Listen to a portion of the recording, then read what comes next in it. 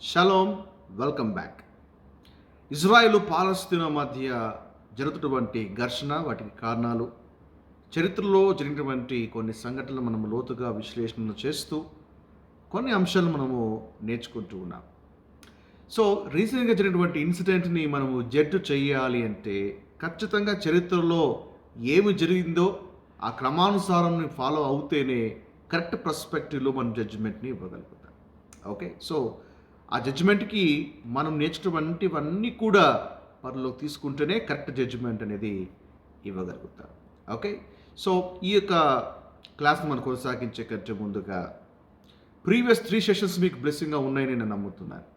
So previous క్లాస్లో first క్లాస్లో మనము అబ్రహాం నుంచి క్రీస్తు శకం 70వ సంవత్సరం వరకు యెరూషలేము కాలం ఏ విధంగా డిస్ట్రాయ్ చేయబడిందో ఆ డీటెయిల్స్ అన్నీ కూడా మనము టైం లైన్లో మనం ట్రావెల్ చేసాం. అలాగే 70 AD నుంచి ఒట్టోమన్ ఎంపైర్ ఆ కాలం మధ్యలో జరిగినటువంటి సంఘటనలన్నీ కూడా మనము కులంకుశంగా మనం తెలుసుకున్నాం. సో థర్డ్ క్లాసులో మరి ఒట్టోమన్ సామ్రాజ్యము ఏ విధంగా పతనమైంది, ప్రపంచ మొదటి యుద్ధములో ఫస్ట్ వరల్డ్ వార్లో ఎన్ని పరిణామాలు చోటు చేసుకున్నాయి, మరి ఏ విధంగా ఒట్టోమన్ రాజ్యాన్ని బ్రిటిష్ ఏ విధంగా చీల్చేసింది, ఆ తర్వాత బ్రిటిష్ ఏదైనా తన మ్యాండేట్ని ఇజ్రాయెల్లో స్థాపించిందో అవన్నీ కూడా కుశలంగా మనం చూడగలిగాం. మొత్తానికి ఇజ్రాయెల్ రాజ్యం అయితే స్థాపించబడింది. వరల్డ్ వార్ 2 తర్వాత మరి ఇజ్రాయెల్ రాజ్యం స్థాపించబడింది ఎప్పుడు? ఏప్రిల్ 14th, May 1948 ఇజ్రాయెల్ దేశము స్థాపించబడింది. సో ఇక్కడ నుంచి మనం కంటిన్యూ చేద్దాం.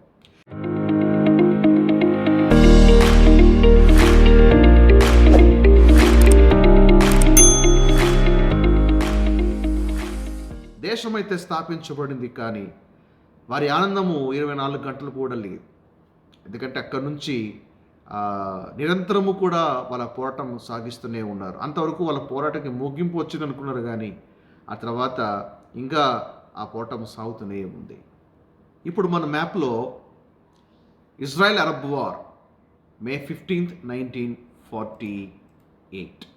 సో ఏప్రిల్ 14th మనకి స్వతంత్రం వచ్చింది. 15th అంటే మరుసటి రోజునే ఆ ఇజ్రాయెల్ దేశము చుట్టూ ఉన్నటువంటి అరబ్ దేశాలు ఇజ్రాయెల్ మీద దాడి చేస్తున్నాయి. దీన్ని అరబ్ ఇజ్రాయేలీ వార్ అని పిలుస్తారు. దీన్ని యూదులు స్వతంత్ర సంగ్రామం అని కూడా పిలుస్తారు. సో ఈ దేశం ఫామ్ అయిన తర్వాత ఈ పక్కన ఉన్నటువంటి ఈజిప్ట్ని చూసారా? ఈ ఈజిప్ట్ పైనటువంటి సిరియా, ఇటుపక్కటువంటి జోర్డాన్, 3 కూడా కలిసి 30 దాడి చేస్తుంది. పాలస్తీనాకు సపోర్ట్ చేస్తూ దాడి చేస్తుంది. పాలస్తీనా కూడా అరబ్బే, ఈజిప్ట్ కూడా అరబ్ దేశమే, సిరియా అరబ్ దేశమే, జోర్డాన్ కూడా అరబ్ దేశం. సో మొదట యుఎన్ చేసినటువంటి ప్రపోజల్ 2 స్టేట్ పాలసీ ఒప్పుకోలేదు. అంటే ఇజ్రాయెల్కి ఒక స్టేట్ ఇస్తాము, మీరు ఒక స్టేట్గా ఒక దేశంగా ఫామ్ అవ్వండి అంటే ఒప్పుకోలేదు. మొత్తం మాకే కావాలన్నారు. సో ఇజ్రాయెల్ ఏమాడు ముందుకేసి ఇండిపెండెన్స్ని డిక్లేర్ చేసేసింది. కానీ ఇక్కడ పాలస్తీనా ఏంటి అంటే నాకు అన్యాయం జరిగిపోయింది అనే పార్టీకే ఈ 3 దేశాలు వత్తాసు పలుకుతూ ఈ 3 దేశాలు కలిసి ముప్పేటగా ఇజ్రాయెల్ దేశం మీద దాడి చేస్తుంది. ఎప్పుడు ఒకసారి ఆలోచించారు, ఎందుకంటే కొత్త దేశం అప్పుడే జన్మించింది, అప్పుడే పుట్టింది, ఇంకా ప్రభుత్వం ఫామ్ కాలేదు, కాన్స్టిట్యూషన్ లేదు, అసలు గవర్నెన్స్ లేదు, ఫైనాన్షియల్ మరి రిసోర్సెస్ లేవు, ఒక చెప్పుకోదగ్గటువంటి సైన్యం లేదు. అప్పుడే జస్ట్ 1 డేనే అయింది. ఆ 1 డే ఇంకా 24 గంటలు గడవక ముందే దాడి. అంటే ఒక పసిబిడ్డ మీద, ఒక శిశువు మీద బలమైన వాళ్ళు కలిసి దాడి చేస్తున్నారు. వాళ్ళు ఎందుకు దాడి చేస్తున్నారు అంటే వాళ్ళు కూడా సిచ్యువేషన్ని తనకు అనుకూలంగా మర్చుకున్నారు. ఇప్పుడు దాడి చేస్తే ఈజీగా గెలిచేయచ్చు, ఇప్పుడు దాడి చేస్తే వీళ్ళందరినీ కూడా తరిమేస్తే యుఎన్ ఎట్లా చెప్తుంది. ఓకే, సో ఐక్యరాజ్య సమితి ఎలాగ ఏదో చెప్తూ ఉంటుంది, కానీ మన పని మనం కాని చేద్దాం. మనమందరము ఒకటైతే వీళ్ళ మధ్యలో వీళ్ళు డిఫరెంట్, ఈ జాతి డిఫరెంట్ కాబట్టి వీళ్ళని తీసేద్దామన్న టైప్లో అందరూ కూడా దాడి చేశారు. ఇప్పుడు దాడి చేస్తే వాళ్ళు మన మీద తిరుగుబాటు చేయలేరు. వాళ్ళకి వెపన్స్ లేవు, బలగము లేదు, టెక్నాలజీ లేదు, స్ట్రాటజీస్ లేదు, ఏమీ లేవు. ఈజీగా మనం అట్లాగా గెలిచేయచ్చు అని ఒక్కసారిగా దాడి చేసే పార్టీకే ఏమంటే వీళ్ళు దాడి చేస్తారన్న సంగతి వీళ్ళు దాడి చేసినాక ఇజ్రాయెల్ అప్పుడు తెలుసుకుందా? ఇజ్రాయెల్ చాలా సూపర్ అండి. ఎందుకంటే ఈరోజు రానే వస్తుందని ముందే ఊహించి 1 year ముందే యుద్ధానికి సంబంధించినటువంటి వెపన్స్ అన్ని ప్రిపేర్ చేసుకున్నారు. తెలుసు ఖచ్చితంగా అరబ్ వాళ్ళు ఖచ్చితంగా దాడికి వస్తారని, వీళ్ళు వదిలిపెట్టరని ముందుగానే గ్రహించి వాళ్ళన్నీ కూడా ప్రిపేర్ చేసుకున్నారు. అన్నట్టుగానే నెక్స్ట్ డేనే వాళ్ళు అటాక్ చేసే పార్ట్కే వీళ్ళు అనుకున్నారు ఈజీగా ఇది ఇది చాలా పిలుకున్నది, ఇది ఏం చేస్తుంది అని అనుకున్నారు. కానీ ఆ పిల్లే కాస్త పులే తిరగబడి ఈ 3 దేశాల్ని నియంత్రిస్తూ వాళ్ళని తరిమి కొట్టేసి చాలా సునాయాసంగా, అంటే ఇజ్రాయెల్ నుంచి అటువంటి స్పందన ఈ 3 దేశాలు అంత ఎక్స్పెక్ట్ చేయలేదు. ఆ దెబ్బకు తట్టుకోలేక అసలుకు పారిపోయారు. ఆ 3 దేశాలు మెల్లిగా సర్దుకున్నాయి.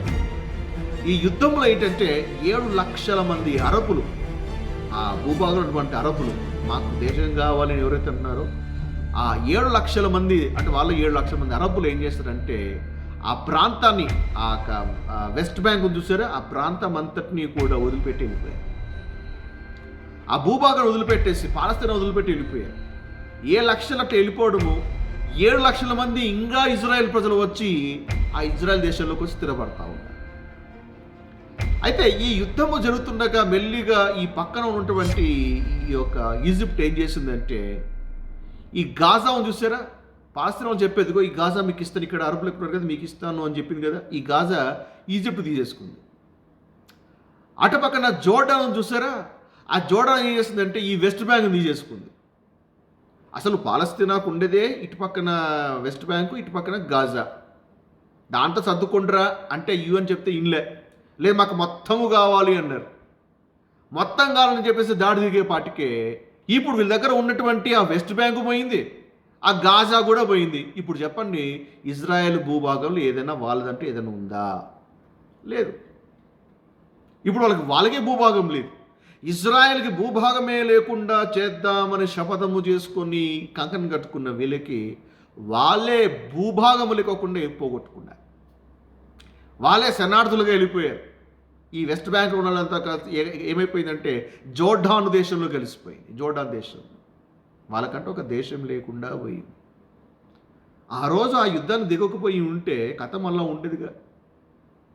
వీళ్ళే వెళ్ళి ఇజ్రాయెల్ గోక్కున్నారు, వాళ్ళేమో సర్దుకున్నారు.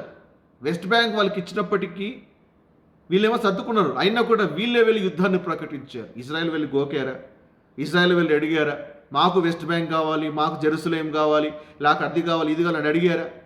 ఎస్, వాళ్ళు పీస్ఫుల్గానే వాళ్ళు ఆ దారి వెతుక్కున్నారు, పీస్ఫుల్గానే ఉన్నారు. వీళ్ళు వచ్చి దాడి చేశారు. ఈ ప్రయత్నంలో పాలస్తీనా ఉన్న భూభాగాన్ని పోగొట్టుకుంది. ఓకే, నా ఇప్పుడు మన యొక్క మ్యాప్లో ఇంకొక టైం లైన్ మూవ్ అవుదాం. 6 Day war or June war. So 1967లో ఒక యుద్ధం జరుగుతుంది, 6 Days వార్. సో దీన్ని జూన్ వార్ అని కూడా అంటారు. ఎందుకంటే జూన్ నెలలో 1967 జూన్ నెలలో ఈ యొక్క యుద్ధం చోటు చేసుకుంది. ఏంటి యుద్ధము అంటే అప్పటికే వాళ్ళు అంటే ఇజ్రాయెల్ దేశం పుట్టిన నెక్స్ట్ డేకి అటాక్ చేయగానే ఘోరంగా ఫెయిల్ అయ్యారు. సో వాళ్ళు అనుకున్నారు మనం తక్కువ అంచనా వేస్తాం ఇజ్రాయెల్ని, అదను చూసి మళ్ళీ దాడి చేద్దామని టైం తీసుకున్నారు. ఇప్పుడు 1967 అంటే దాదాపు 20 సంవత్సరాలు గడిచిపోయింది. ఇప్పుడు ఈజిప్ట్, జోర్డాన్ అండ్ సిరియా మళ్ళా ఒకటి, ఈసారి మనం బలమైన దెబ్బ కొట్టాలి, ఇజ్రాయెల్ దేశాన్ని ఏమైనా చేయాలి, దాడి చేయాల్సిందే అని ఈ 3 దేశాలు కలిపి ఇజ్రాయెల్ దేశం మీద దాడి చేస్తారు. దాడి చేసేపాటికే ఈసారి ఇజ్రాయెల్ మరి అనూహ్యముగా వారి యొక్క ఎత్తుగడలను చిత్తు చేస్తూ వారిని ఘోరంగా ఓడించేసి, ఎంత ఘోరంగా ఓడించేసింది అంటే ఇజ్రాయెల్ సార్ కోపం వచ్చేది.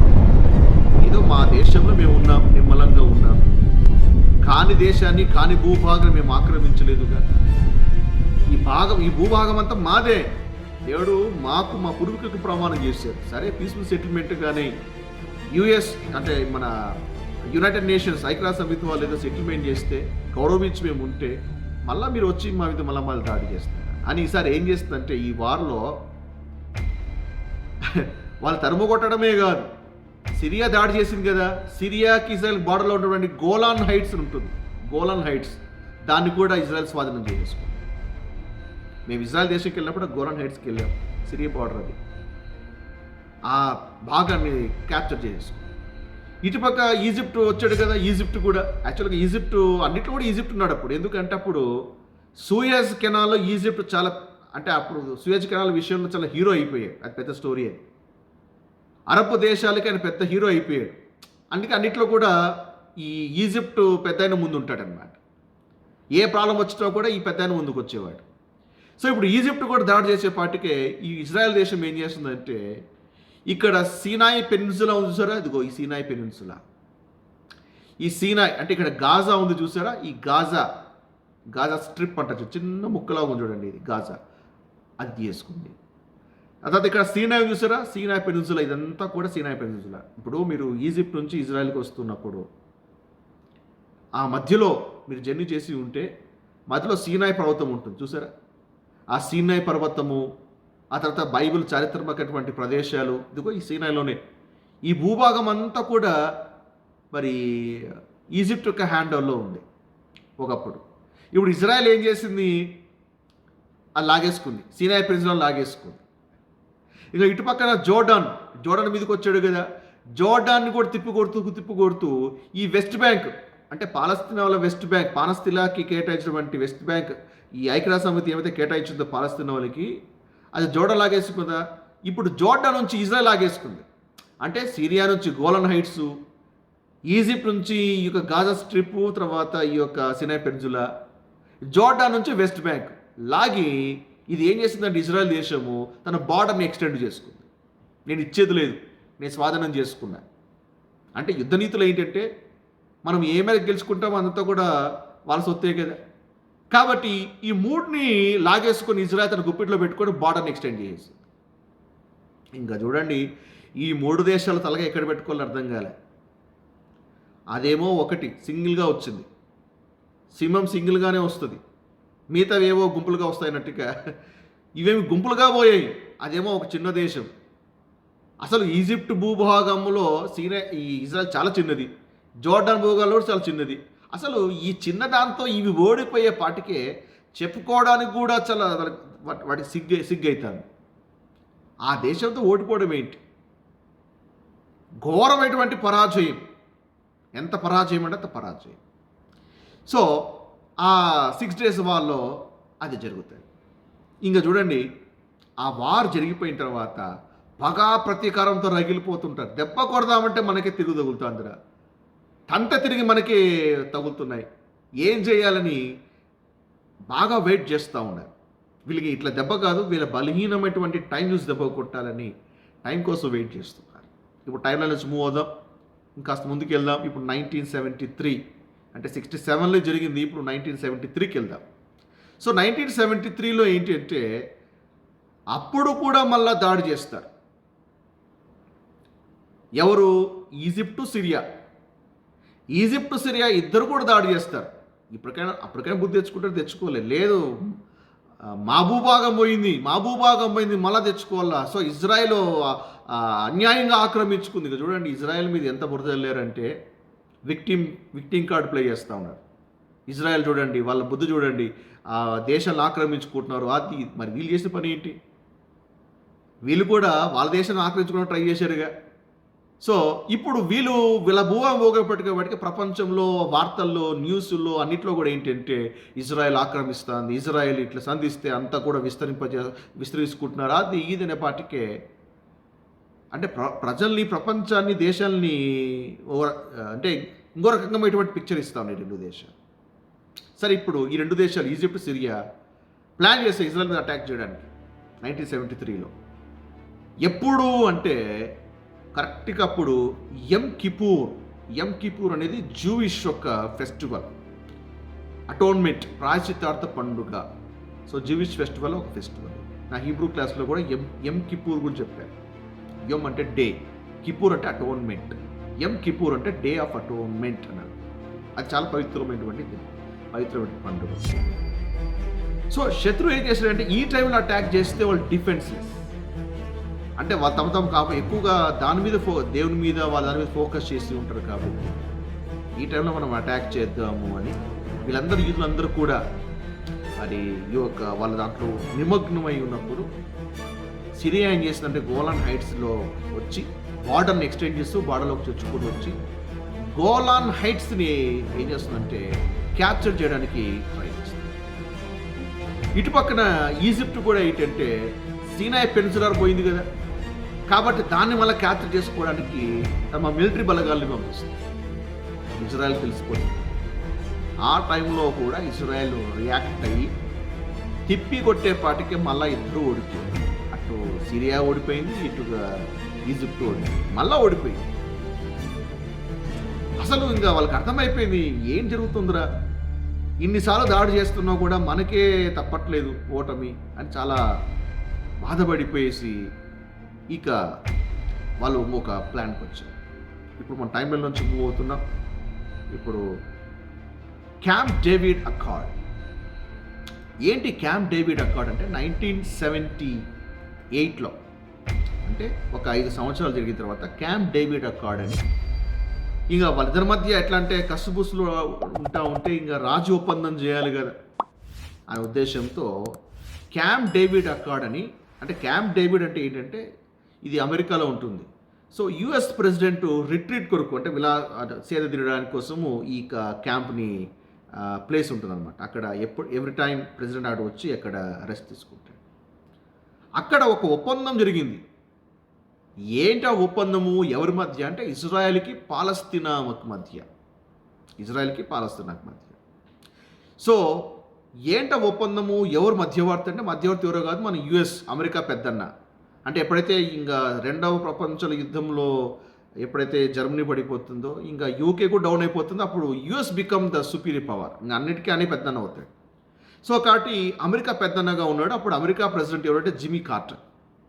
ఇజ్రాయెల్ యొక్క మరి రిప్రజెంటేటివ్ ఎవరు అంటే మెనాకిమ్ బెగిన్. అండ్ అలాగే ఈజిప్టు నుంచి అంటే అరబ్ దేశాల నుంచి ప్రతినిధిగా మన ఈజిప్ట్ అని వెళ్తాడు. చెప్పండి ఈజిప్ట్ పెద్దన్నగా ఉంటాడని. ఈజిప్ట్ ఎవరు అంటే అన్వర్ సదాత్. సో ఈ ముగ్గురు కూడా క్యాంప్ డేవిడ్ అక్కడ గ్యాదర్ చేసి అక్కడ వాళ్ళు చర్చించుకున్నప్పుడు ఏంటంటే అక్కడ మరి ఇద్దరు కూడా ఒక ఒప్పందం, ఎందుకయ్యా కొట్లాడుకుంటారు, మీరు ఒక రాజీకి రండి, ఒక అండర్స్టాండింగ్ వస్తే యుద్ధాలతో సాగవు, ఏదన్నా కూడా చర్చించుకుంటే బాగుంటుంది అని చాలా చర్చల అనంతరం ఒక అగ్రిమెంట్కి వస్తారు. అగ్రిమెంట్లో ఒక భాగం ఏమంటే అయితే ఇటు ఒక విషయాన్ని గమనించాలి. ఇద్దరు కూడా పీస్ఫుల్గా ఒక అగ్రిమెంట్ చేసుకుని దాన్ని క్యాంప్ డేవిడ్ అకార్డ్ అని అంటారు. ఏమంటారు? Camp David accord.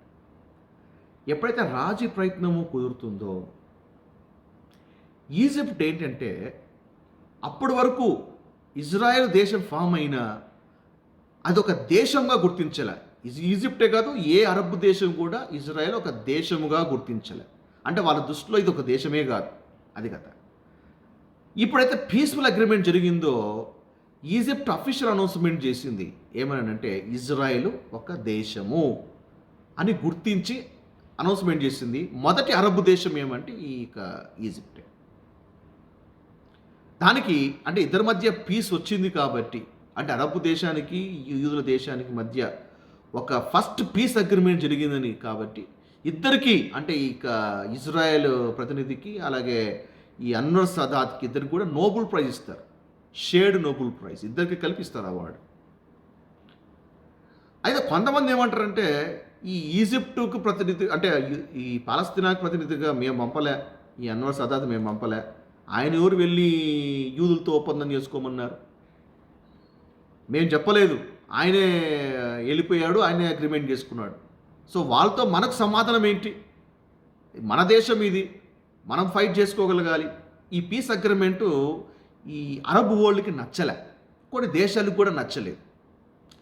ఫలితంగా ఏంటంటే కొన్ని అరబ్ దేశాలు ఈజిప్ట్ మీద అలిగి అరబ్ లీగ్ అని చెప్పేసి ఉంటుంది. అంటే అరబ్ దేశాలన్నీ కలిసి ఒక యూనియన్గా ఫామ్ అయి ఉంటాయి. ఆ అరబ్ లీగ్ నుంచి ఈజిప్ట్ని బహిష్కరించేస్తాయి. అది పెద్ద దెబ్బ ఈజిప్ట్కి. అంత మాత్రమే కాదు, ఇంకా అసలు నువ్వు వెళ్ళి యూదులతో చేయగలుగుతావు, నువ్వు ఎట్లా, నువ్వు అది ఇది అని కక్ష కట్టి ఈ ఈజిప్ట్ ప్రెసిడెంట్ అన్వర్ సదాత్ని మరి సూసైడ్ బాంబ్, ఇప్పుడు మన దేశంలో రాజీవ్ గాంధీ గారిని ఏ విధంగా అయితే అసాసినేట్ చేశారో ఆ విధంగా మరి హ్యూమన్ బాంబ్తో మరి చంపేస్తారు, బుల్లెట్తో కాల్ చేస్తారు. చాలా తీవ్రంగా గాయపడతాడు. ఎంతగా గాయపడతాడంటే ఆయన ఎయిర్ లిఫ్ట్ చేసి ఒక హాస్పిటల్ తీసుకెళ్లి ట్రీట్మెంట్ ఇచ్చడంలో చచ్చిపోతాడు. అంటే ఈయన మీద కక్ష కట్టి అరబ్బులోనే ఉన్నటువంటి ఈ యొక్క ఉంటారు కదండి టెర్రరిస్టులు, ఐసిస్ వాళ్ళు. సో వాళ్ళు పాపం ఈ ఈజిప్ట్ ప్రెసిడెంట్ని అసాసినేట్ చేస్తారు. సో క్యాంప్ డేవిడ్ అఖాడ్ వల్ల జరిగినటువంటి థింగ్.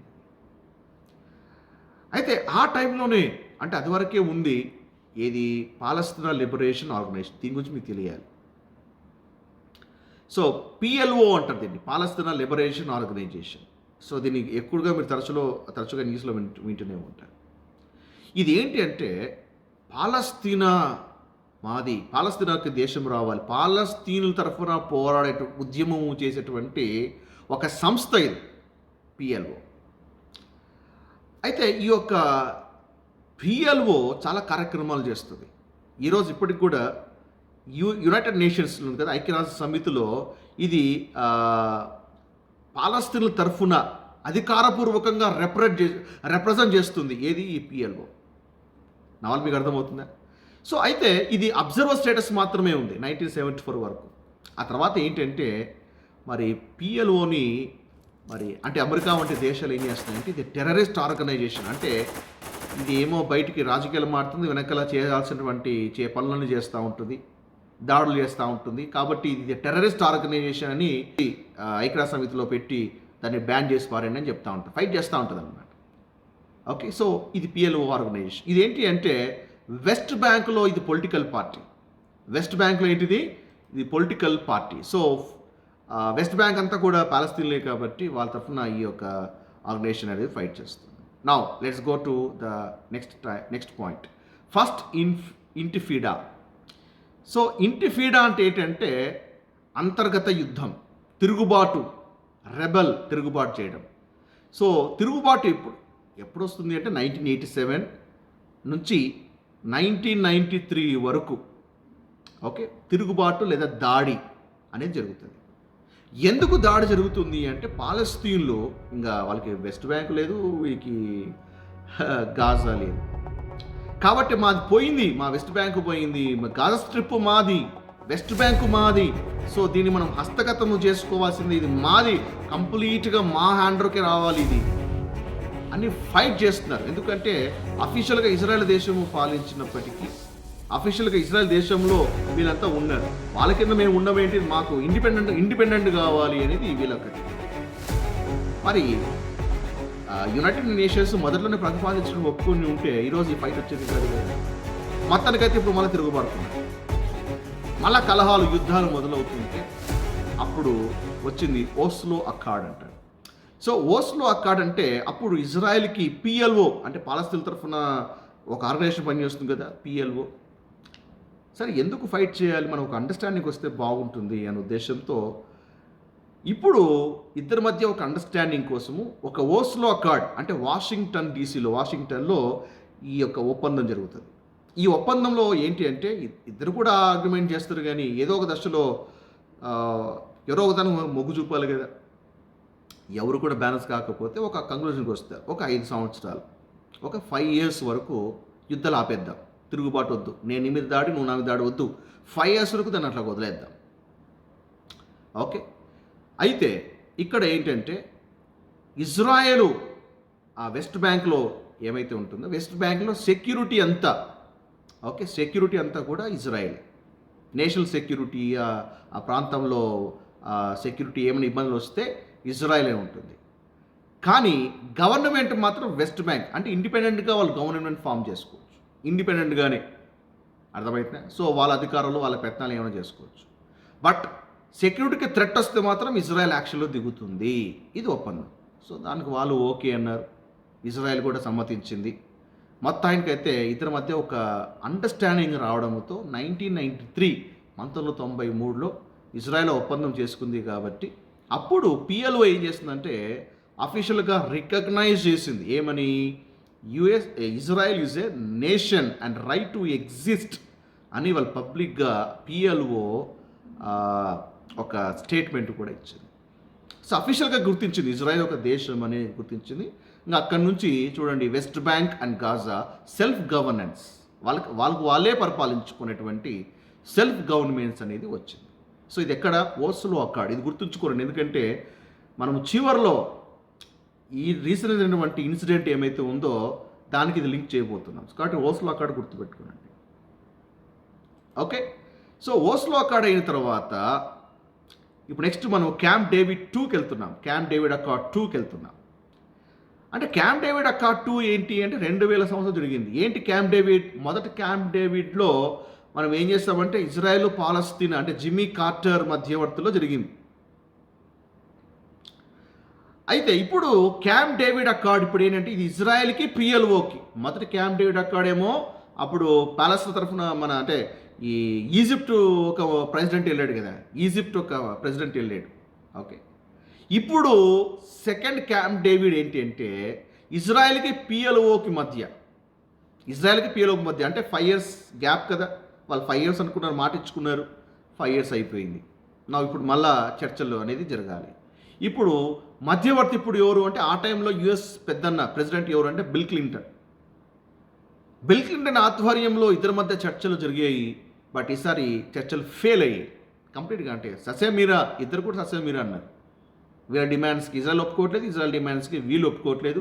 సో మొత్తానికైతే చర్చలు అయితే ఎప్పుడైతే ఫెయిల్ అయ్యాయో వెంటనే సెకండ్ ఇంటిఫీడా అంటే రెండవసారి మళ్ళా తిరుగుబాటుని మొదలవుతుంది. 2000 నుంచి 2005 మధ్యలో ఆ కాలం అంతా కూడా ఇంటిఫీడా, దీన్నే అల్ అక్సా ఇంటిఫీడా అని కూడా అంటారు. సో దీని యొక్క మరి తిరుగుబాటు కారణం ఏమంటే Israel prime minister Sharon, okay, Ariel Sharon మరి ఏం చేస్తారంటే టెంపుల్ మౌంట్ విజిట్ చేస్తారు. ఆ టెంపుల్ మౌంట్ విజిట్ చేసినప్పుడు ఈ ఉద్యమకారులు కొంచెం ఉద్యమాలు చేస్తారు, తిరుగుబాటు చేస్తారు. అప్పుడు ఇజ్రాయెల్ అంటే యూదులు రబ్బర్ బుల్లెట్స్ వాడడము, టియర్ గ్యాస్ వాడడం ఇవన్నీ చేస్తారు. ఇద్దరి మధ్య ఘర్షణలు మొదలవుతాయి. సో ఇద్దరు కూడా చిలికి గానవైతే వాళ్ళు ఫైర్ ఓపెన్ చేస్తారు, వీళ్ళు ఫైర్ ఓపెన్ చేస్తారు. సో భీకరమైనటువంటి యుద్ధాలు, ఘర్షణలు మొదలవుతాయి. మళ్ళీ ఒక పాయింట్లో ఒక టైంలో ఏంటంటే అప్పుడు ఈ యొక్క వెస్ట్ బ్యాంక్ని పరిపాలిస్తున్నటువంటి మొహమ్మద్ అబ్బాస్, యాక్చువల్గా యాసర్ అరాఫత్ వాళ్ళ కొడుకు అనమాట. యాసర్ అరాఫత్ చనిపోయినాక వాళ్ళ కొడుకు అప్పుడు పాలనలో ఉంటాడు. అప్పుడు యాసర్ అరాఫత్, అప్పుడు Israel prime minister Ariel Sharon ఇద్దరు కలిసి మరి సీజ్ ఫైర్ అగ్రిమెంట్ మీద సంతకాలు చేస్తారు. ఓకే, ఇది మనం ఆపుదాము అని అగ్రిమెంట్ చేస్తే అంతతో సెకండ్ ఇంటిఫీడా అవుతుంది. అంటే ఎప్పుడైతే ఇజ్రాయెల్ ఇండిపెండెన్స్ అనేది అనౌన్స్ చేసిందో అక్కడి నుంచి ఇంకా వీళ్ళకి లోపల అవకాశం వచ్చినప్పుడల్లా దాడి చేస్తారు. ఎవరి పాలస్తీనియన్స్. వాస్తవానికి వీళ్ళు అయితే ఎవరు భూభాగాన్ని ఆక్రమించుకోలే, నియమ నిబంధనలకే లోబడి ఉన్నారు. బట్ స్టిల్ వీళ్ళు ఏంటంటే దాడి చేయడము, ఇజ్రాయెల్ కొంచెం గట్టిగా దాడి చేసే పాటికే ఇక వీళ్ళు గాయాలు, వీళ్ళకు ఉన్నటువంటి బాధలన్నీ కూడా ఎట్లా ప్రజెంట్ చేస్తారంటే లోకానికి, ఓకే సో మేము చూడండి మా విక్టిమ్స్, మా బాధలు చూడండి, మా కష్టాలు చూడండి, ఒకప్పుడు దేశం అంతా మాది, ఇప్పుడు వీళ్ళు వచ్చి ఆక్రమించుకొని మా ఇంత దాడి చేస్తారు అంటే విక్టిమ్ కార్డ్ ప్లే చేస్తాం మేము. అది కాదు.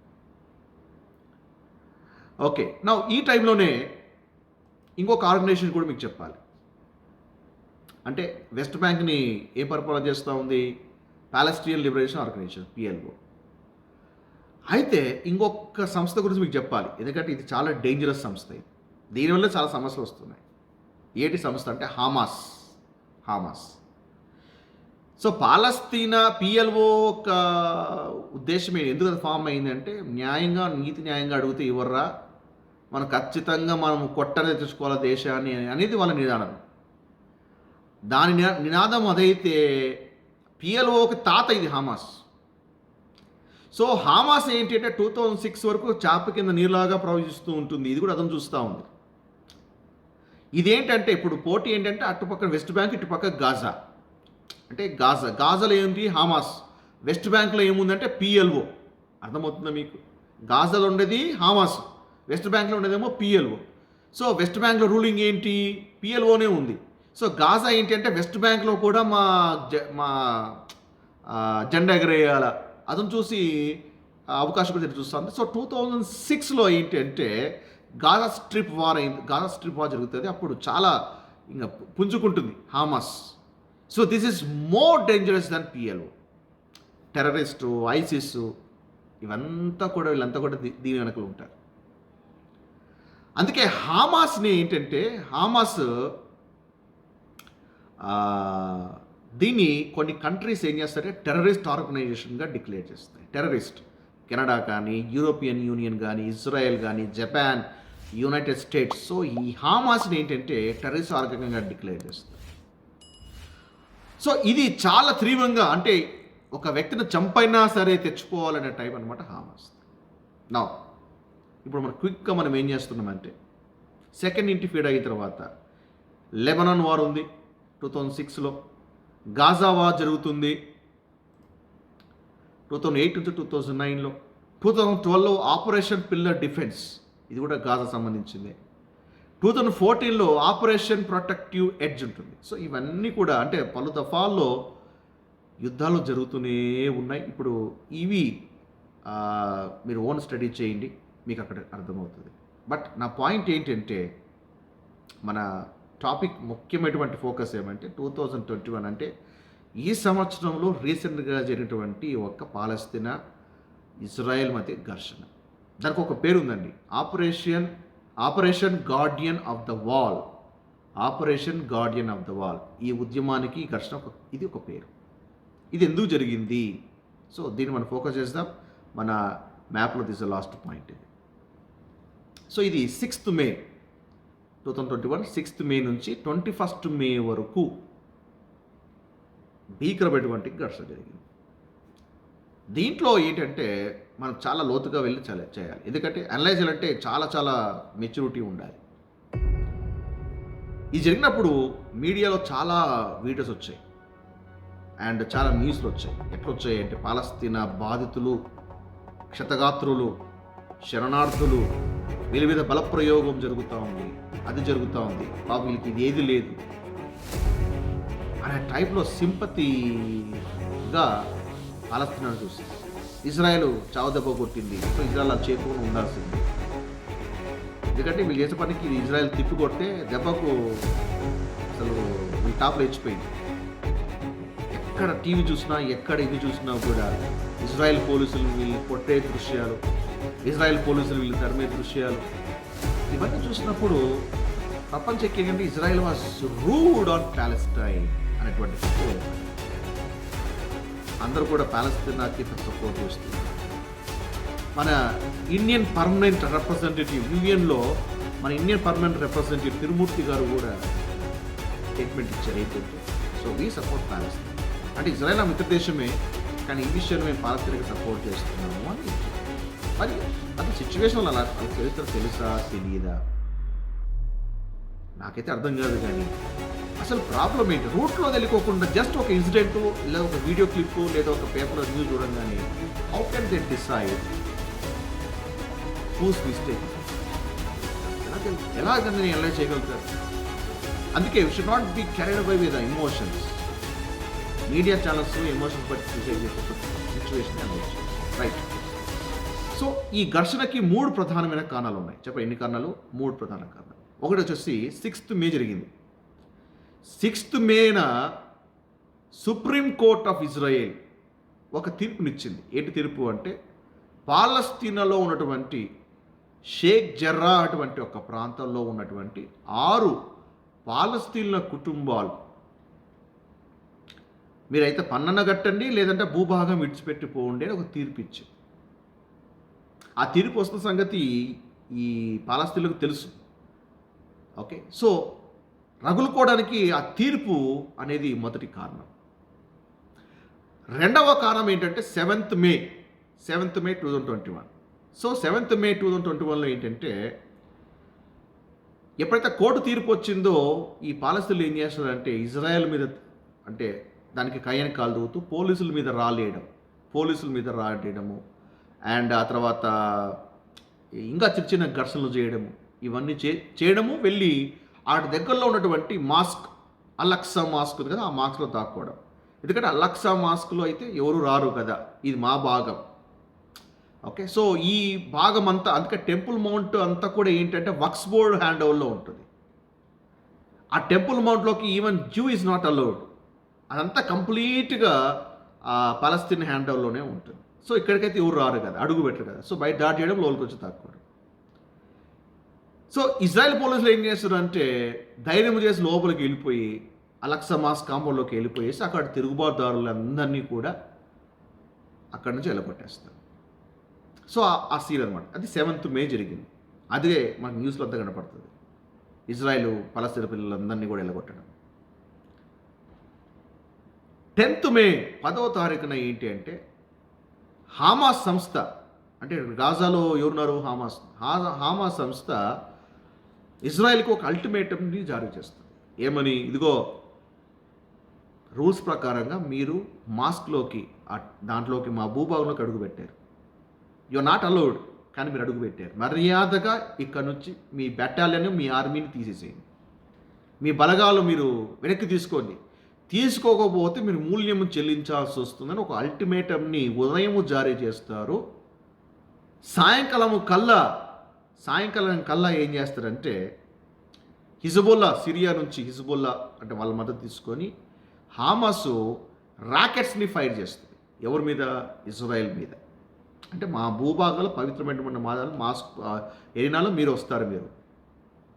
సో, ఎప్పుడైతే ఈ పోలీసులు మాస్క్‌లోకి వచ్చి చేశారో అప్పుడు మిగతా దేశాలంతా కూడా అంటే వీళ్ళు ఎట్లా పిక్చర్ చేశారు ఎట్లంటే వీళ్ళు మా దాంట్లోకి వచ్చారు. రాకూడదు చూడండి ఎట్లా వచ్చారు, ఎట్లా వచ్చి మమ్మల్ని మా దాంట్లోకి వచ్చి ఎట్లా తంతున్నారు, మా దాంట్లోకి వచ్చి ఎట్లా చేస్తున్నారు అని అది పిక్చరైజేషన్. అప్పుడు అరబ్ దేశాలన్నీ కూడా ఉడికిపోయాయి. ఏంటి ఇజ్రాయెల్ ఇది ఆధిపత్యం అది ఇది అని. సో, హామాస్ ఉదయం అల్టిమేట్ జారీ చేస్తే సాయంకాలం ఏం చేసింది అట్లా అంటే భయంకరమైనటువంటి ర్యాకెట్స్‌ని ఫైర్ చేసింది. సో, ఇది 3 యొక్క ఇన్సిడెంట్స్. ఓకే. సో, ఈ ఇన్సిడెంట్స్‌ని మనం క్షుణ్ణంగా తెలుసుకోవాలి. అసలు ఏంటి? 6th మే ఏం జరిగింది? 7th మే జరిగింది. అండ్ 10th మే ఏం జరిగిందో తెలుసుకుందాం. ఫస్ట్ 6th మే సుప్రీంకోర్టు ఇష్యూ ఏంటి? ఎందుకు పాలస్తీనా వాళ్ళు తిరగబడ్డారు? కారణం ఏంటి అంటే సుప్రీంకోర్టు ఒక జడ్జిమెంట్ ఇచ్చింది. అది పాలస్తీనాలకు నచ్చలేదు. ఏంటి జడ్జిమెంట్ అంటే 1948 అంటే ఇజ్రాయెల్ దేశానికి ఇండిపెండెన్స్ వచ్చినటువంటి నెక్స్ట్ డేనే ఎప్పుడైతే ఈ యొక్క జోర్డాన్ దాడి చేసిందో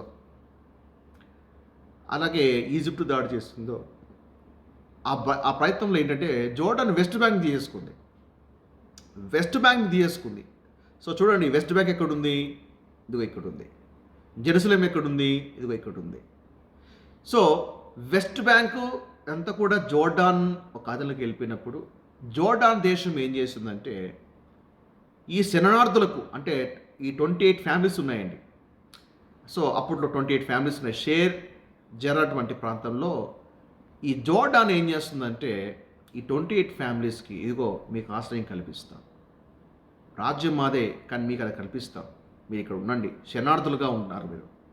సో, ల్యాండ్ మేము ఇస్తాం. సపోర్ట్ మేము చేస్తాం అని వీళ్ళు ఏం చేస్తారంటే ఈ 28 ఫ్యామిలీస్‌ని షేక్ జెర్రా అటువంటి యొక్క ప్రాంతంలో వాళ్ళు ఒక స్థలం ఇచ్చి అక్కడ ఇల్లు కట్టిస్తారు. ఇల్లు కట్టించిన తర్వాత దానికి వేరే వాళ్ళు కూడా ఫైనాన్షియల్‌గా సపోర్ట్ కూడా చేస్తారు. అప్పటి నుంచి వాళ్ళు అక్కడే షేక్ జెర్రాలోనే ఉండిపోయారు. ఓకే. ఇది స్టోరీ.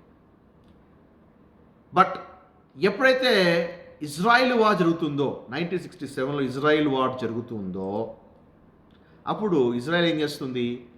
జోర్డాన్ ఆధీనంలో ఉన్నటువంటి వెస్ట్ బ్యాంక్‌ని తన భూభాగంలో తెచ్చుకుంటాయి. ఇప్పుడు ఆ భూభాగం ఎవరిది? అఫీషియల్‌గా ఎవరిది అంటే ఇజ్రాయిల్. ఫైన్, అందరికి బాగానే ఉంది.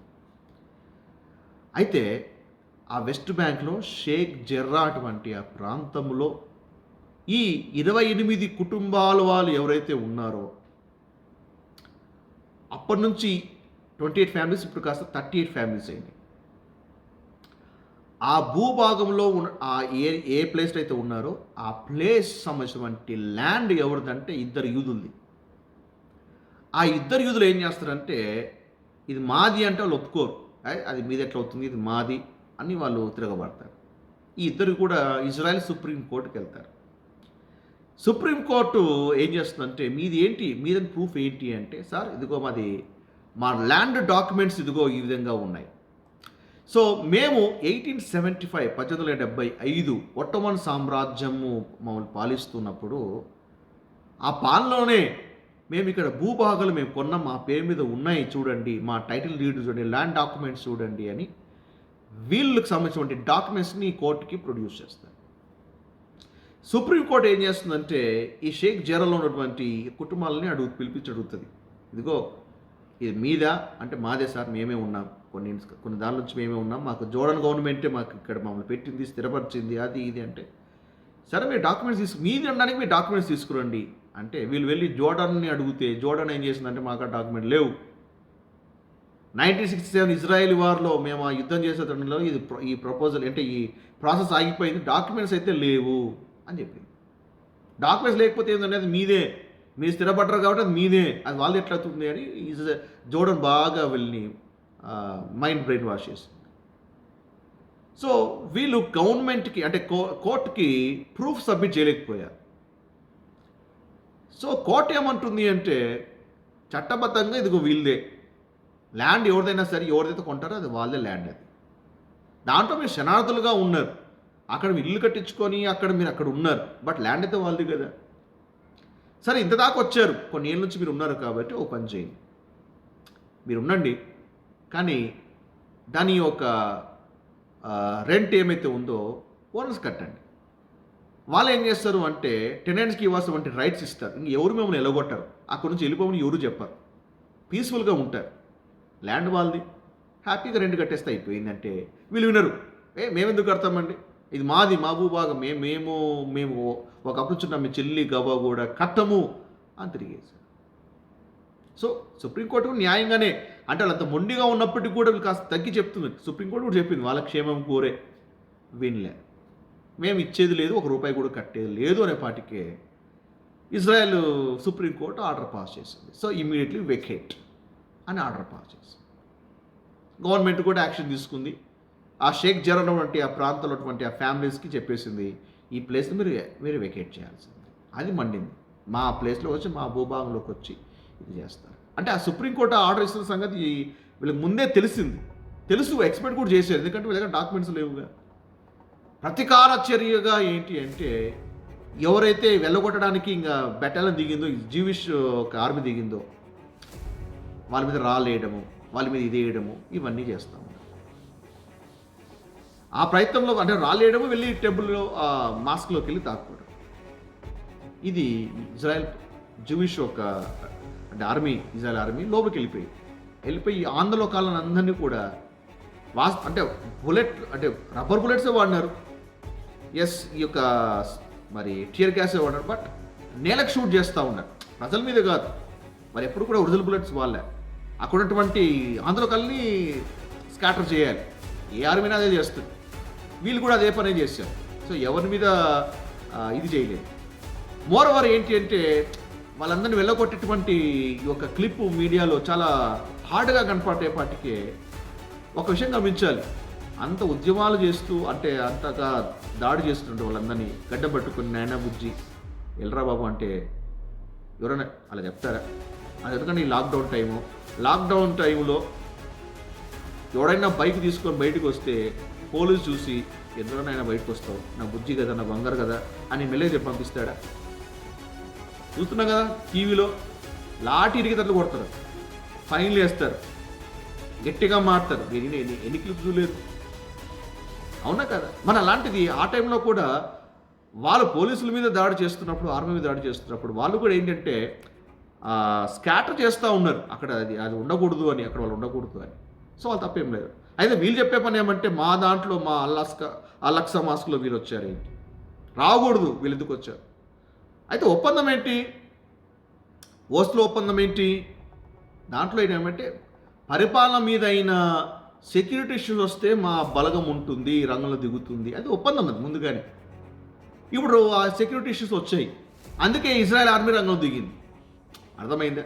వీళ్ళ వాదన ఏమంటే వెస్ట్ బ్యాంక్ మాకు ఇచ్చిన మిలిటరీ అంతా మా దగ్గరే ఉంది, వాళ్ళ సైన్యం అంతా మా ప్లేస్లో తిరుగుతూ ఉన్నారు, వాళ్ళ సైన్యం అంతా మా భూభాగంలో తిరుగుతూనే ఉన్నారు, ఇంకా ఇచ్చినట్టుగా వాళ్ళు బిల్డప్ అయింది అన్నట్టుగా వీళ్ళ బిల్డప్. వాళ్ళు ముందుగానే చెప్పారు, వీళ్ళకు అగ్రిమెంట్ జరిగింది, శాంతి సమస్యలు ఏర్పడితే మేము రంగులో దిగుతాము అన్నట్టుగా రంగులో దిగారు. న్యాయంగానే వాళ్ళు ఆ ప్రకారంగానే రూల్స్ ప్రకారంగా నడుచుకున్నారు. దీన్ని ఇంకో రకంగా తిప్పేసి మమ్మల్ని కొట్టారు, మమ్మల్ని చేశారు, మమ్మల్ని అది చేశారు, మమ్మల్ని ఇది చేశారు అని చెప్పేసి ఇంకో రకంగా న్యూస్.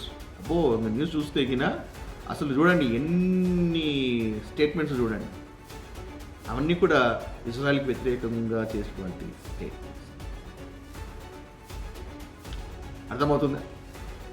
దాంతో ఏంటి అంటే మార్నింగ్ అల్టిమేటం జారీ చేశారు. మార్నింగ్ అల్టిమేటంని జారీ చేసి ఈవినింగ్ కల్లా అతను వెకేట్ చేసేయాలి. 10th మే అల్టిమేటం. వెంటనే మీరు ఆర్మీస్ని వెనక్కి తీసుకోవాలి. ఎందుకు తీసుకోవాలి? ఒప్పందం ఏంటి? ఓస్లో ఒప్పందం అని తెలియదా?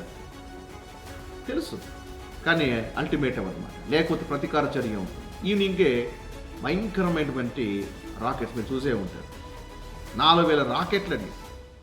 దానికి వీళ్ళ కవరింగ్ ఏంటంటే పాలస్తీనా మా హక్కుని కాపాడుకోవడానికి, మా ఉనికి చాటుకోవడానికి మేము ఏదో చేశాము అన్నట్టుగా. ఏమంటే 4000 రాకెట్లు పంపించారంటే ఇజ్రాయెల్ని బెదిరించడానికే, లేదా ఇజ్రాయెల్ని అసలు వాళ్ళు ఎవరు మిగులుకోకుండా తుడిచిపెట్టడానికి పంపించినట్టు. 4000 రాకెట్ అంటే ఒకసారి ఊహించుకోండి, అన్ని రాకెట్స్ పంపించారు. కానీ కామెడీ ఏమంటే దానిలో చాలా రాకెట్స్ వాళ్ళ దగ్గరే పేలి, అంటే ఆ రాకెట్స్ వాళ్ళ భూభాగంలో పడ్డాయి. అంటే వీళ్ళకి రాకెట్లు పేల్చడం కూడా దగ్గర రాదు. ఐరన్ డోమ్ ఉంది కాబట్టి ఇజ్రాయెల్ ముందుగానే రాఫెల్ సంస్థతో కొలాబరేట్ అయ్యి ఒక ఐరన్ డోమ్, అప్పట్లో ఐరన్ డోమ్ వాళ్ళతో నిర్మించుకున్నప్పుడు కొంతమంది చాలా నవ్వారు, ఏంటి ఐరన్ డోమ్ అని. ఇప్పుడు ఐరన్ డోమ్ ఒక పవర్ వాళ్ళకి ప్రపంచం తెలిసి వస్తుంది.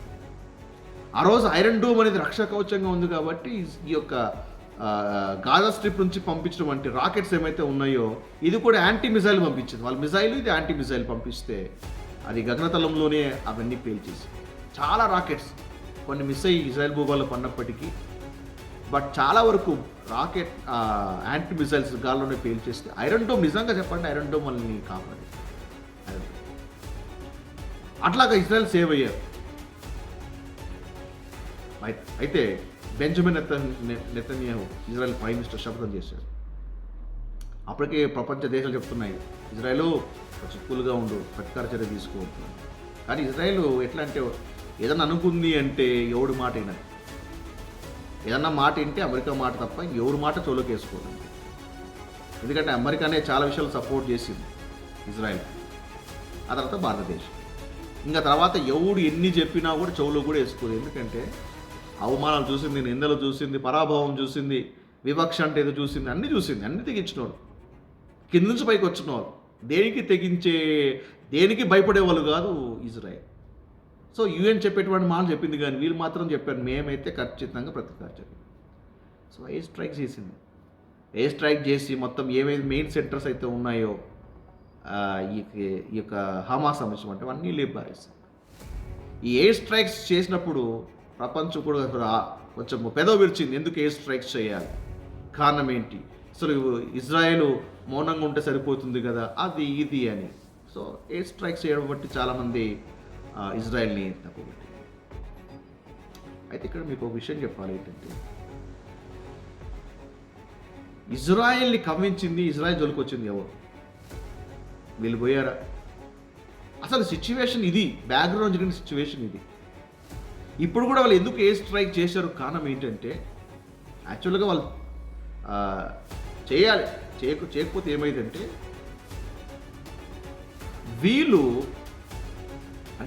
వీళ్ళు ఎట్లా చెప్పారు పాలస్తీనా అంటే మేము మైనారిటీ వీళ్ళు మెజారిటీ, సో మేము మైనారిటీగా ఉన్నాము, మేము 20 లక్షల మంది 90 లక్షల మంది ఉన్నారు, అందుకే మా మీద ఆధిపత్యం చేస్తున్నారు, కంట్రోల్ చేస్తున్నారు అది. కానీ ఇక్కడ మీకు విషయం చెప్పనా, మన భారతదేశంలో కూడా ఇదే జరిగింది. కాశ్మీర్ పండిట్స్ విషయంలో ఇదే జరిగింది. అక్కడ ఉన్నటువంటి కొంతమంది కాశ్మీర్ పండిట్స్ని వాళ్ళని ఎలగొట్టేశారు, వాళ్ళ భూభాగాలు లాక్కొని ఎలగొట్టేశారు. మీకు తెలిసే ఉంటుంది కాశ్మీర్ పండిట్స్ గురించి. మీరు ఒకసారి న్యూస్ని చూస్తే మీకు అర్థమవుతుంది కాశ్మీర్ పండిట్. సో అసలు గూగుల్ చేయండి, అప్పుడు మీకు తెలిసి వస్తుంది క్లియర్గా. 1990లో జరుగుతుంది జనవరిలో కాశ్మీర్ పండిట్. సో కట్టుబడులతో బయటకు వచ్చేస్తారు. వాళ్ళు బయటకు వచ్చిన వాళ్ళు మాది భూభాగము మాది అని చెప్పేసి మళ్ళీ పోయి ఫైట్ చేశారా?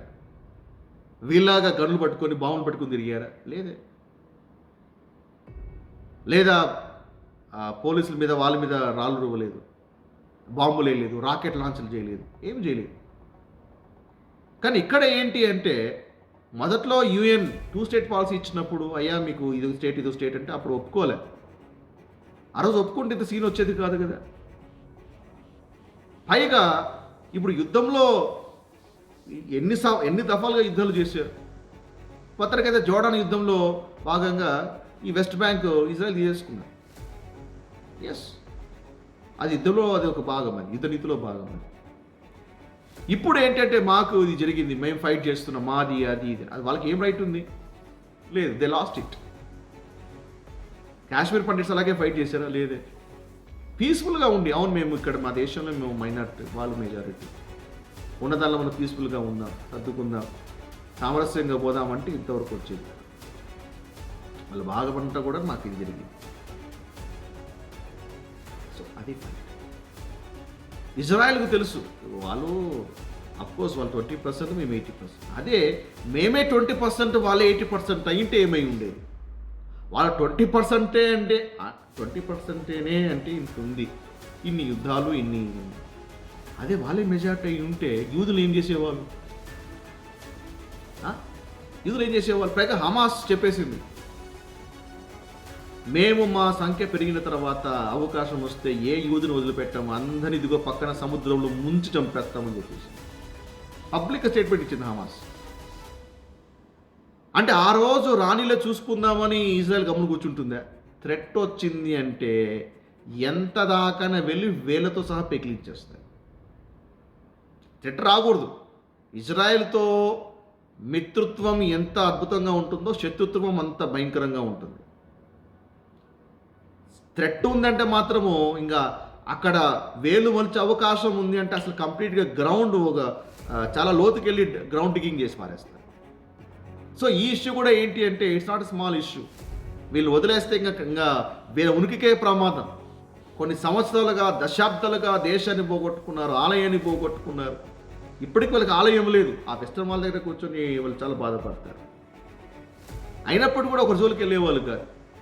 సో వీళ్ళని అలా సింపుల్గా వదిలేస్తే ఎప్పటికైనా మాకు ప్రమాదమే. అందుకే ఇజ్రాయెల్ కొంచెం కఠినంగానే వ్యవహరిస్తుంది. ఇది కొందరికి కఠినంగానే కనపడుతుంది, కొంచెము హార్ష్గానే కనపడుతుంది. But they have to deal like that. ఎందుకంటే ఇంకొకటి ప్రమాదం ఇంకొకటి వచ్చి వాడిని ముంచెత్తకూడదని హార్డ్గా డీల్ చేస్తుంది. ఇదండి ఇష్యూ అండి, ఇది ఇష్యూ. సో క్లియర్గా మీకు అర్థమైంది అనుకుంటాను ఏంటి ప్రాబ్లం ఏంటి. సో ఇప్పుడు ఇజ్రాయెల్ ఒక ఆ టెంపుల్ మౌంట్ చూడండి ఒకసారి. ఇక్కడేమో డూమ్ ఆఫ్ ద రాక్, ఇదేమో అలెక్సా మాస్క్. ఇదంతా కూడా వాళ్ళ హ్యాండిల్ అన్నమాట. ఈ పక్క ఉండేదేమో ఇది వెస్టర్న్ వాల్. ఇక్కడ ఖచ్చితంగా ఎక్కడైతే Dome of the Rock Temple Mount ఉందో అక్కడ ఉండేది అసలు వాస్తవంగా యెరూషలేము ఆలయమే. సొలొమోను కట్టిన ఆలయం అక్కడే. సో ఇది మా ఎప్పుడైనా సరే అక్కడ ఆలయం కట్టాల్సిందే, కట్టి తీరుతామనేది యూదుల యొక్క బలమైనటువంటి స్టేట్మెంట్. ఇద్దరి మధ్యకి ఘర్షణ ఏంటి అంటే ఇదిగో ఈ టెంపుల్ మౌంట్. ఆ మౌంట్ కోసము, ఆ టెంపుల్ కోసం వెయిట్ చేస్తాం. ఇప్పటికే మూడవ ఆలయపు నమూనా కూడా దాన్ని తయారు చేసి డిస్ప్లేలు కూడా పెట్టారు, మేము ఈ విధంగా కట్టబోతున్నాము అని. ఓ రోజు ఖచ్చితంగా ఇక్కడ టెంపుల్ అయితే ఉంటుంది. మూడవ టెంపుల్, థర్డ్ టెంపుల్ అయితే ఖచ్చితంగా ఉంటుంది. ఓకే, సో అప్పటి వరకు ఇజ్రాయెల్ మౌనంగానే వెయిట్ చేస్తుంది. ఇదండి ఇష్యూ అది. సో ఈ ఇష్యూ అంతా కూడా ఏంటి అంటే ఇక్కడ టెంపుల్ మౌంట్ పరిసర ప్రాంతాల్లో జరిగింది కాబట్టి, అది కూడా వెస్ట్ బ్యాంక్, అది కూడా పాలస్తీనా యూదులు ఎక్కువ ఉన్నటువంటి ప్రాంతం జరిగింది కాబట్టి ఇది కాస్త నేషన్ ఇష్యూ. వాస్తవంగా ఇది ఏంటి అంటే ఇది 28 కుటుంబాల సమస్య. ఒరిజినల్గా చెప్పాలంటే ఇష్యూ 28 ఫ్యామిలీస్కి సంబంధించిన ఇష్యూ. అది కాస్త నేషనల్ ఇష్యూగా మార్చబడింది, నేషనల్ ఇష్యూ. సో ఇజ్రాయెల్ కూడా ఎయిర్ స్ట్రైక్స్ చేస్తున్నప్పుడు ముందుగానే అంటే చాలామంది అంటారు ఏ స్ట్రైక్ చేస్తున్నప్పుడు చాలామంది పసిపిల్లలు వాళ్ళు వీళ్ళు బలైపోతారు కదా. ఇజ్రాయెల్ ముందే చెప్పింది మేము అటాక్ చేస్తున్నాము, ఇక్కడ వాళ్ళందరూ కూడా ఖాళీ చేసి వెళ్ళిపోండి అని. కానీ హామాస్ వాళ్ళు ఏంటంటే వాళ్ళకి తెలుసు ఇజ్రాయెల్ వాళ్ళు వీళ్ళంతా ఉంటే అంటే వీళ్ళు వాళ్ళ వెనకలో ఉండి ఫైట్ చేస్తూ ఉంటారు. వాస్తవంగా వీళ్ళు ఫైట్ చేసింది ఎక్కడ అంటే స్కూల్ నుంచి ఫైట్ చేశారు. స్కూల్ నుంచి మళ్ళీ వీళ్ళేమి తమ పౌరులకి క్షేమాన్ని కోరుతుందని అర్థం కావట్లేదు. కానీ స్త్రీల వెనకాల పౌరుల వెనకాల దాక్కొని ఏ స్ట్రైక్స్ అనమాట. వీళ్ళకి ముందుగా చెప్పారు వెకేట్ అని, ఆ తర్వాత ఏ స్ట్రైక్స్ చేశారు. సో నేను ఇవన్నీ స్టడీ చేసిన తర్వాత ఏంటంటే నాకు తెలిసి ఇజ్రాయేల్ దేశము ఆ ప్రజలంతా కూడా వాళ్ళ సిస్టమ్నే ఫాలో అవుతున్నారు, కరెక్ట్గానే వెళ్తున్నారు. ఇక్కడ వీళ్ళే విక్టింగ్ కార్డ్ ప్లే చేస్తారు. బట్ ఒకటి మాత్రం తథ్యం ఏంటంటే ఇక్కడ ఖచ్చితంగా థర్డ్ టెంపుల్ అనేది ఖచ్చితంగా స్థాపించబడుతుంది. ఇక్కడ దేవుని ఆలయం నిర్మించబడుతుంది. సో ఈ ఆలయం సంబంధించినటువంటి మరొక వీడియో చేస్తాను. Okay, so this all about recent జరిగినటువంటి కాన్ఫ్లిక్ట్. ఈ చరిత్ర హిస్టరీ తెలియకోకుండా ఎవరికేదో ఎవరన్నా రక్తం కారినట్టుగా ఎవరన్నా గాయపడ్డట్టుగా ఫోటో చూసి అరే పాలస్తీన్లకి ఇట్లా అయిపోయింది. అఫ్కోర్స్ సింపతిని ఉంటుంది, అఫ్కోర్స్ అది ఉండాలి. బట్ పాలస్తీన్లే వీళ్ళే కరెక్ట్, అసలుకు వాళ్ళు తప్పడం తప్పదు. చరిత్ర తెలుసుకోవాలి, బ్యాక్గ్రౌండ్ తెలుసుకోవాలి, కాంటెక్స్ట్ని మనము కాంటెక్స్చువల్గా మనము జడ్జిమెంట్ అనేది ఇవ్వాలి. ఓకే, సో అయితే ఇంకో కొంతమంది ఏమంటారంటే రీసెంట్గా జరిగినటువంటి ఈ యొక్క ఘర్షణకు ఇంకొక కారణం కూడా ఉంది. ఎందుకంటే ఈ ఘర్షణ అయిన తర్వాత ఎలక్షన్స్ వస్తున్నాయి. ఆ ఎలక్షన్స్లో ఖచ్చితంగా ఈసారి ప్యాలెస్టైన్స్ ఇష్యూ బట్టి కొంచెం అంటే ప్రజల నుంచి ఫేవర్ పొందాలి, ప్రజల నుంచి ఫేవర్ కావాలి అంటే ఏదైనా చేయాలి అనే ఉద్దేశంతో బెంజమిన్ నెతన్యాహు అప్పుడు ప్రైమ్ మినిస్టర్గా ఉన్నారు, ఆయన దింపాలి, ఇంకోరు ఎక్కాలి. సో రాజకీయాలు కూడా ఉన్నాయి కాబట్టి ఈ టైంలో ఇది చేయాలన్న టైంలో సిచ్యువేషన్ అడ్వాంటేజ్గా తీసుకొని ఇవి చేయడం, పాలస్తీన్లకి ఇలా జరిగితే వాటి పాలస్తీన్ పట్ల కొంచెం సపోర్ట్ అనేది రావడం, ఇది కూడా రాజకీయ వ్యూహాలో భాగమే అనేది కొందరు ఒక వాదన. ఏమైనప్పటికీ కూడా మొత్తానికైతే సిచ్యువేషన్ ఇది.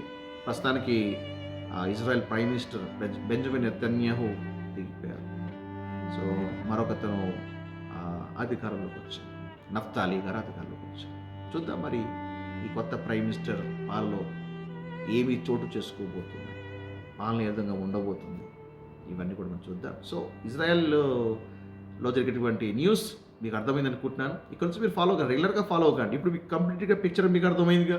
ఇక్కడ నుంచి ఏ ఇన్సిడెంట్ అయినా కూడా మీకు తెలిసిపోతుంది. సో ఇజ్రాయెల్ ఏంటి, పక్క దేశాలు ఏంటి, వెస్ట్ బ్యాంక్ ఎక్కడుంది, గాజా ఎక్కడుంది, సిరియా ఎక్కడుంది, ఇవన్నీ మీకు క్లియర్గా అర్థమైంది.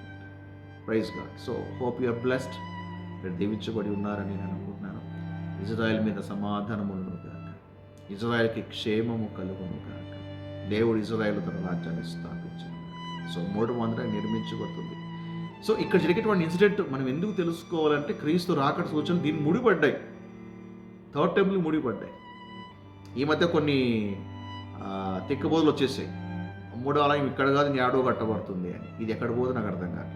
సో ఆ తిక్కబోదులు ఫాలో కాకండి. మొదటి ఆలయం ఎక్కడ కట్టబడుతుందో 2వ ఆలయం ఆడే కట్టబడుతుంది, 2వ ఆలయం ఎక్కడ ఉందో 3వ ఆలయం కూడా ఆడే కట్టబడుతుంది. ప్లేసులు మారవు. చరిత్ర తెలియాలి, చరిత్ర తెలుసుకొని మాట్లాడాలి. Okay, so hope you are greatly blessed. So మీరు దీవించబడితే కింద కామెంట్స్ చేయండి. సో మీ ఫీడ్బ్యాక్స్ కింద ఇవ్వండి. అండ్ భవిష్యత్తులో మరి ఈ సంవత్సరం అంటే అప్డేట్స్ ఏమైనా ఉంటే మరొక వీడియో చేస్తారు, మరొక టాపిక్ మీద నేను మాట్లాడతాను. So stay tune. సో నా ఫేస్బుక్ ఉంది అండ్ యూట్యూబ్ ఉంది. సో 2 అకౌంట్స్లో కూడా సబ్స్క్రైబ్ చేసుకునండి. ఎందుకంటే వీలు బట్టి ఎక్కడో చోట నాకు ప్రోగ్రామ్ ఇస్తూనే ఉంటుంది కాబట్టి అప్డేట్స్ మిస్ కాకుండా రెండింటిలో కూడా సబ్స్క్రైబ్ అవ్వండి, ఫాలో అవుతూనే ఉండండి. And thank you for joining this topic. ఈ టాపిక్ చాలా ఓపిక్గా విన్నారు అండ్ సెషన్స్ మీరు ఫాలో అయ్యారు. So me God bless you abundantly. Amen. So prayer చేసుకొని దేని థ్యాంక్స్. ప్రభువా నీ కొందరు తెలియజేస్తున్నా, మీరు మాకు ఇచ్చినటువంటి శ్రేష్టమైన సమయం బట్టి స్తోత్రాలు. ప్రభువా ఇజ్రాయెల్ పాలస్తీన మధ్య ఇచ్చినటువంటి ఘర్షణ గురించి మేము విన్నాము అయినా ప్రభువా, మరి మీరు మాకు వాస్తవాల్ని మా ముందు ఉంచేందుకు స్తోత్రాలు తండ్రి. అల్లే చేయగలిగాం ప్రభువా. మరి అవుట్ ఆఫ్ కాంటెక్స్ట్లో వెళ్ళి జడ్జిమెంట్ ఇవ్వకుండా కాంటెక్స్చువల్ జడ్జిమెంట్ ఇవ్వడానికి మాకు సహాయం చేసి తండ్రి యెరూషలేము ఆలయము నిర్మించబడాలి, ఆ దిశగా అడుగులు సాగుతున్నాయి. అయితే మీరు ఆకడ సూచనలు తండ్రి మేము గమనిస్తున్నాం ప్రభు. తండ్రి ఇంకా ఆ సిచ్యువేషన్ని, జరుగుతున్నటువంటి ఒక సంఘటనలన్నీ కూడా ఇంకా చక్కగా అర్థం చేసుకోవడానికి మీ బిడ్డలకు మీ జ్ఞానాన్ని అనుగ్రహించండి. అంజూరపు చెట్టు ఫలించేటప్పుడు ఆయన ద్వారం వద్దనే ఉన్నాడని అయ్యా తెలుసుకోమని నువ్వు చెప్పే ఉన్నాయా. నిజమే తండ్రి. 1947లో అంజూరపు చెట్టు తండ్రి చిగురించింది. తండ్రి నువ్వు సమీపంగా ఉన్నావు ప్రభు. తండ్రి ఇంకా నీ సైన్స్ని గుర్తుపట్టడానికి సహాయం చేయండి. ప్రార్థిస్తూ ఒక బ్లెస్సెడ్ సెషన్స్ని మాకు అనుగ్రహించేందుకే తండ్రి స్తుతిస్తూ కనపరుస్తూ యేసు నామములో అడిగి వేడుకుంటున్నాను తండ్రి. Amen. Amen. Thank you. God bless you.